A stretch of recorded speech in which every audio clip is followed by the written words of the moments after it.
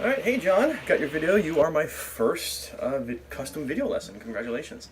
So I'm going to try and put my best foot forward. I don't know how long this video will be. I don't know if this will be just part one of a video. I'll have to shoot another one. I briefly, well, I went through your video and I sent you a brief email. You're a fan of the Dead, soloing, improv.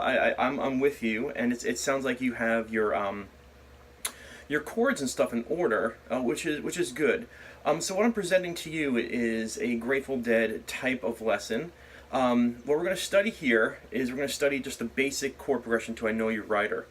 And what I'm going to do is I'm going to kind of teach you what you need to know in terms of how to start soloing over. Now, whether you do know how to solo over it right now, keep watching the video and let me know if this is what we're looking for.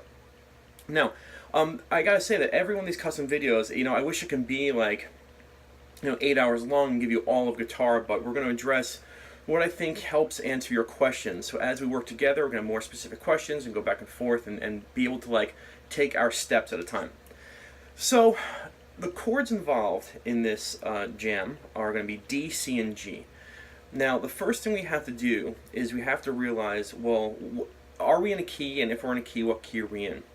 And so D, C, and G, that represents the key of G major because it's a 1-4-5 in G. It's a G, C, and D, but we're playing it backwards, D, C, and G. So now that we have this, there's no other key in which D, C's, and G's can exist. So we're in the key of G. So what that means is that a G major scale, the key scale, when you have a key, you want to think key scale. That's going to answer all of your soloing questions pretty well. We can finesse everything, but remember, when you have a key, it's the key scale that lets you solo. It's the thread to get to things. So the first thing I'm going to do is show you here how I'd approach a key scale. Now I'm going to do this in a very specific place. I'm going to do this on the 5th fret. So really quickly, there is a correlation between scales and chords that we need to go over. But what I'm doing is kind of giving you the light at the end of the tunnel, seeing if it makes sense, seeing if you actually, I know you're going to learn from it. And then hopefully, if we continue our relationship, I'll get you seeing everything clearly. But let me give you how it's all done on one video in a very specific term. And then if you want to, we can open it up to how it's done everywhere. I hope that makes sense. So I'm going to play the chords first for I Know You're Rider on the 5th fret. So the D chord will be the A-shaped chord here. I know you're rider. And we're just going to play this part to the C chord. Now the C chord, I'm going to play the G-shaped chord on the 5th fret. 8, 7, 5, 5, 5, and I'm not going to play the thin E string. There's a thin one and there's a thick one. So I got I know you're rider to the C, gonna miss me. And then I'm going to go to the G chord, which will be the D shape. Now I have short stubby fingers, so I play a modified D shape. I'm borrowing the 5th fret of the A and the D. I'm playing the 7th fret of the G and the 8th fret of the B. I'm leaving the 2 E strings alone. But if you play this, you can see I know you rider, miss me when I'm gone. Okay, and so it is there. So I just got a text, which I cannot answer. So I'm going to play now the G major scale. Now I'm going to show you how I found this G major scale. To find major scales easily, we want to find the major chord. Now this is something I've not discussed on Stitch Method yet, and it's an easy correlation once you get the hang of it. But if you find the major chord, the G, we're in the key of G, so you find a G major chord right there, okay? Then every chord is highlighted 1s, 3s, and 5s out of the scale. And so every time you play a D-shaped chord, there's a scale that's there. And I'm going to show you this. The scale shape is 5 on the E string, 5, 7, 8, 5, 7, 4, 5, 7, 4, 5, 7, 5, 7, 8, 5, 7, 8, indicated on the handwritten chart, which I emailed to you as well. So you have 5, 7, 8, 5, 7, 4. Yeah, 4, 5, 7, 4, 5, 7, 5, 7, 8, 5, 7, 8. Sorry, I probably know I do that all the time. Alright, so this is your G major scale. No matter where you start, no matter where you are, no matter what you do, the key scale is a good starting point. So I have a looper going, and all I'm going to do right now is I'm just going to loosen up on the scale. This is how you want to attack every song, is first practice just your key scale, up and down, left and right, take chances, create your own melody, do whatever you would like to do in this scale just to get used to it. Okay, so here's that loop, and I'm going to play anything I want in this scale, and really let this scale shape become your friend. This is the ground floor of soloing right here. This is the foundation, your key scale. So here we go.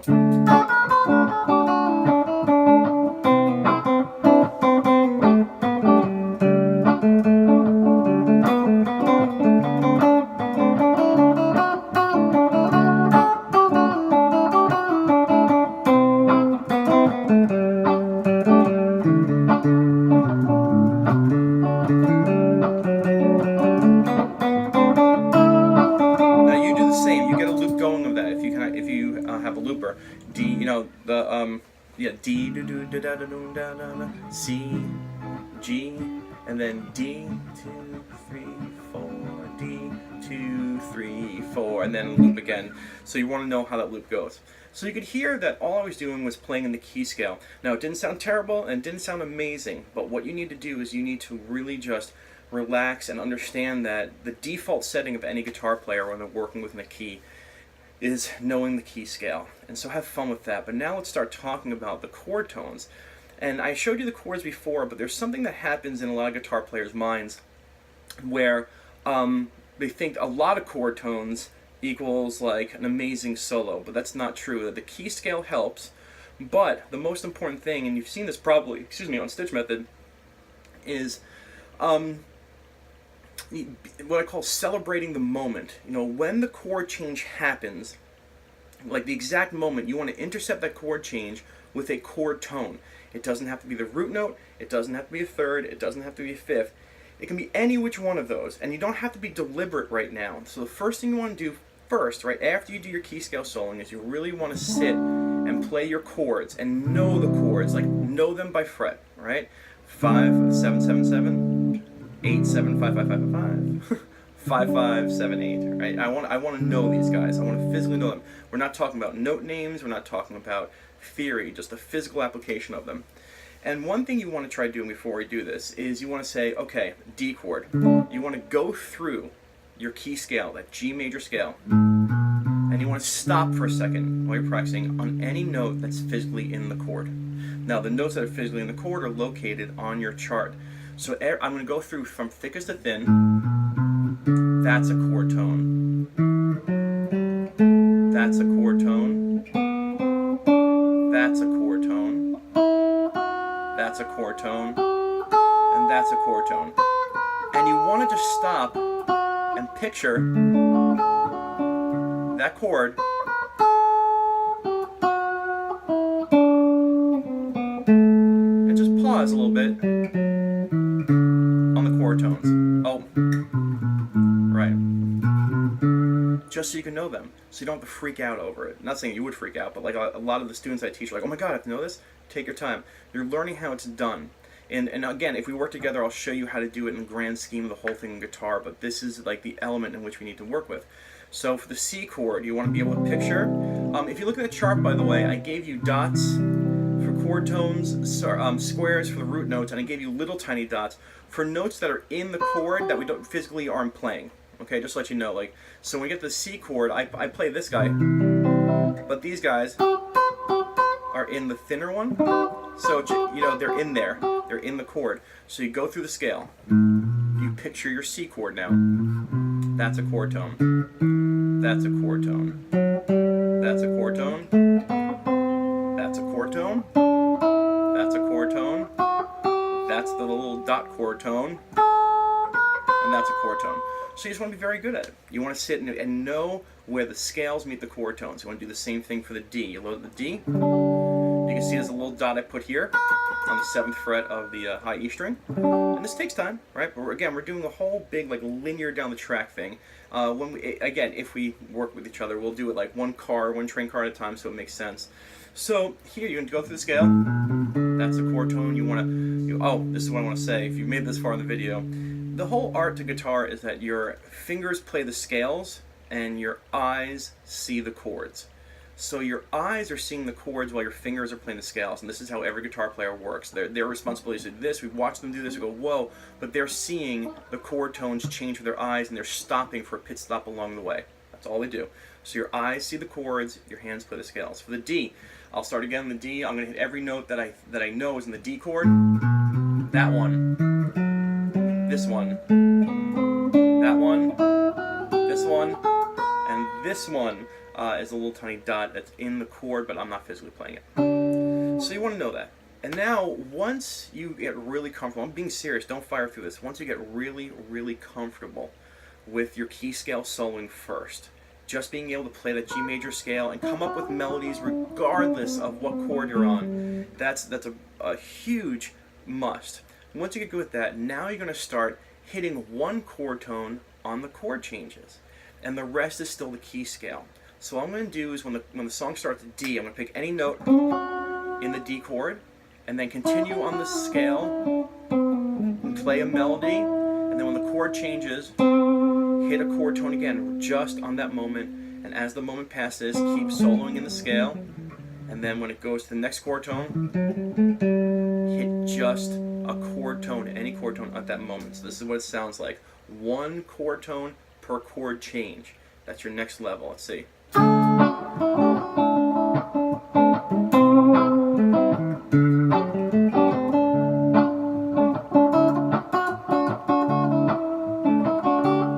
a D, C, D. Oh, back to D, sorry. I'm at G, I'm at G there, here we go. D, C, G, D.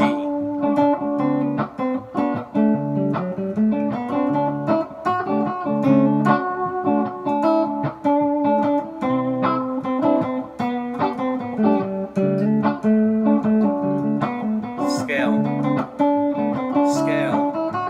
D,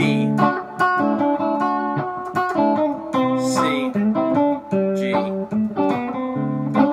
back to the D. Now here's just the scale.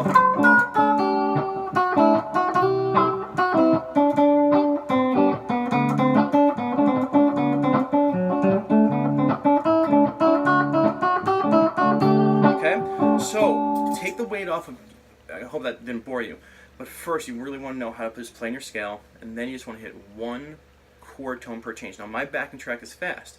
I recommend you go a little bit slower when you're starting off. You know,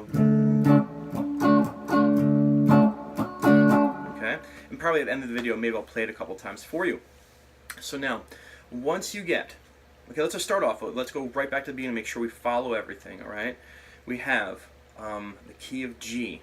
Okay, yes, it is a D mixolydian progression because you're starting on the 5, but it's still the key of G. It's the key scale. D mixolydian is the same exact scale as G major. No ifs, ands, or buts, all right? So it's the key scale. So soloing in just the key scale and getting your bearings down is huge. We did that in the 5th fret in this D-shaped scale. I know, it's a weird one for me to pick, but you're going to learn it some way. So here it is. Next thing, you want to know your chord shapes on top of where you're playing your scale.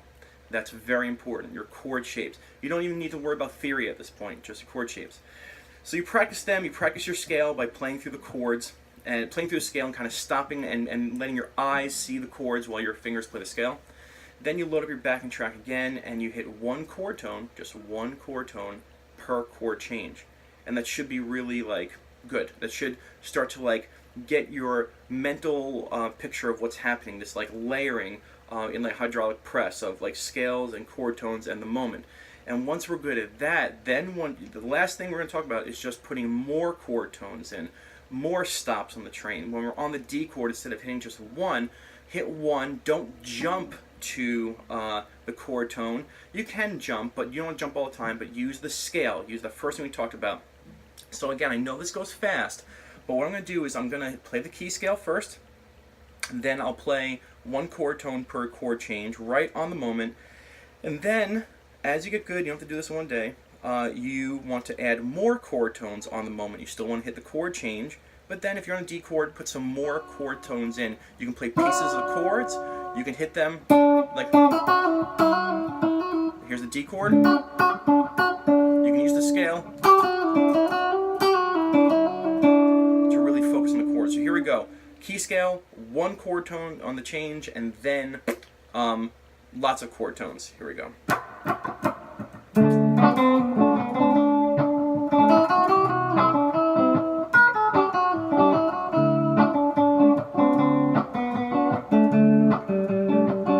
Chord tones on the change.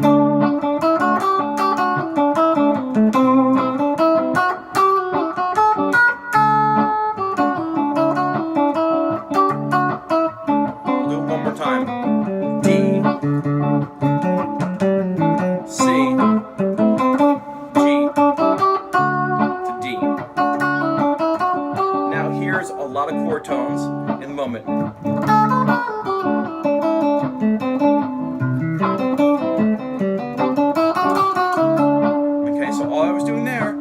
was I was learning about my chord shapes quicker. I was doing a lot of, like that C arpeggio, somebody go like, boo, boo, boo, boo, bop, right up. Alright, and that G arpeggio, I can see that G chord, so I use the scale. And